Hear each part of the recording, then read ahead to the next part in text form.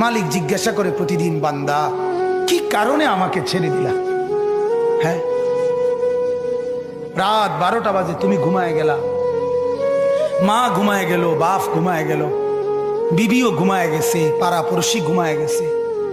আল্লাহ বলেন আমি তো ঘুমাই নাই বান্দা, আমিও তো ঘুমাই নাই। সারাদিনে আমিও তো জগৎটা পরিচালনা করছি, তবুও তো আমার কোনো ক্লান্তি নাই, আমি তো ঘুমাই নাই। কেন ঘুমাই নাই জানো বান্দা?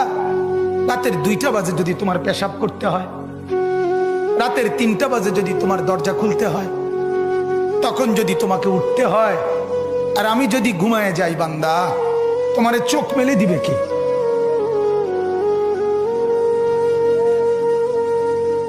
এই বাপ, চোখ মেলে দিবে কে?